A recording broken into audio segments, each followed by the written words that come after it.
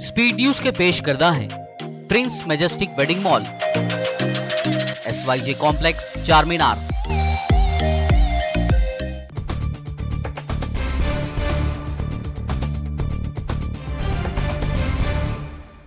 अस्सलाम वालेकुम, आदाब। मैं हूं खलील फरहाद। आइए देखते हैं 22 अप्रैल की स्पीड न्यूज। रूस के सदर व्लादिमीर पुतिन के बड़े दुश्मन अलेक्सी नावल्नी ने जेल में की भूख हड़ताल। जेल हुकाम से मुसलमानों की मुकद्दस किताब कुरान देने का किया मुतालबा। कुरान का तफसीली मुताला करना बताया अहम मकसद। मुल्क से फरार होने में नाकाम होने वाली दुबई की शहजादी लतीफ़ा अल मखदूम पर अक़वाम मुत्तहिदा ने किया मुतालबा। कहा, शहजादी के जिंदा होने का दिया जाए सबूत, जिंदा है तो किया जाए रिहा। सऊदी अरब की खातून सफ़ीर एनास अल शहवान बनी तीसरी खातून सऊदी सफ़ीर। यूरोपीय मुल्क स्वीडन और आइसलैंड में बतौर सफ़ीर हुई तैनात। कोरोना की सख्त पाबंदियों के खिलाफ आवाम हो रही है बेजार। जर्मनी के दारुल हुकूमत बर्लिन में हजारों मुजाहिरीन ने किया कोरोना के सख्त प्रोटोकॉल के खिलाफ प्रोटेस्ट। मारूफ आलमी दीन मुफक्किर, दर्जनों किताबों के राइटर मौलाना वहीदुद्दीन खान का 96 साल की उम्र में हुआ इंतकाल। कोरोना से हुए थे मुतासिर। वज़ीर आज़म मोदी ने भी जाहिर किया दुख, कहा उन्हें रखा जाएगा हमेशा याद।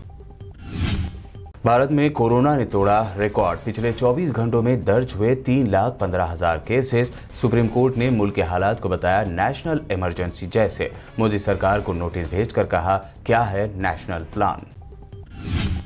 दिल्ली हाईकोर्ट ने ऑक्सीजन मामले पर मोदी सरकार को सुनाई फटकार। कहा, गिड़गिड़ाइए, उधार लीजिए या फिर चोरी करिए, लेकिन ऑक्सीजन लेकर आइए। हम मरीजों को मरते नहीं देख सकते।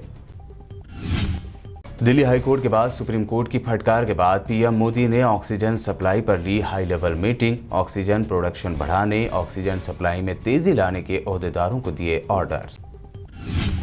राहुल गांधी का मोदी सरकार के खिलाफ ट्वीट वार जारी। अब कहा, मोदी सरकार की अवाम मुखालिफ पॉलिसियां भी है बहरान। झूठे त्योहार और खोखले भाषण नहीं, देश को दे हल।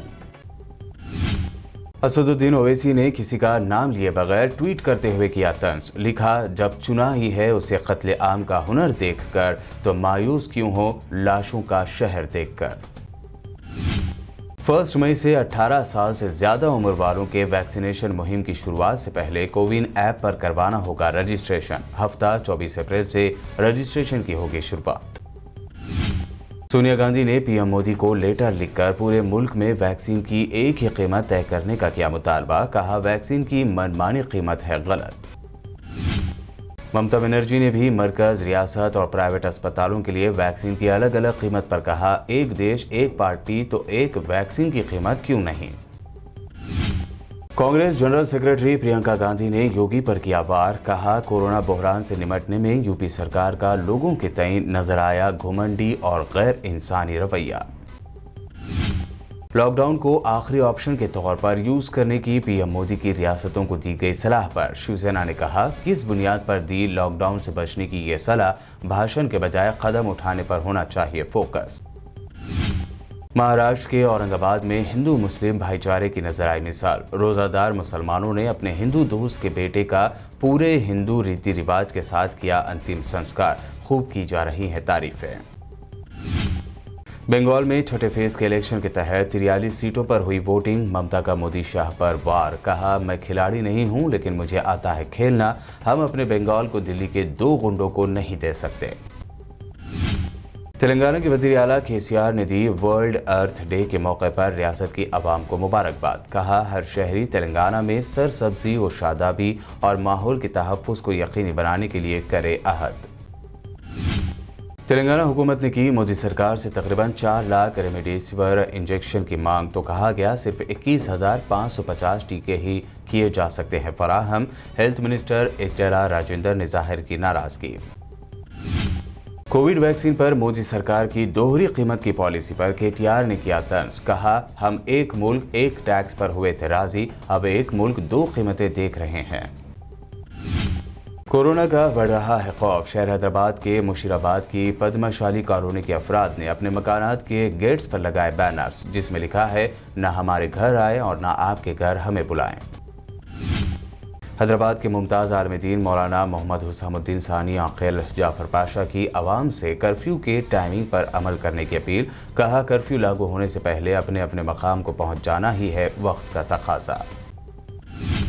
कोरोना की दूसरी लहर के साथ ही शहर हैदराबाद में मास्क और सैनिटाइजर्स का बढ़ा इस्तेमाल। सिटी होलसेल मार्केट्स के ताजरीन का दावा, मास्क और सैनिटाइजर की बिक्री में हुआ गैर मामूली इजाफा।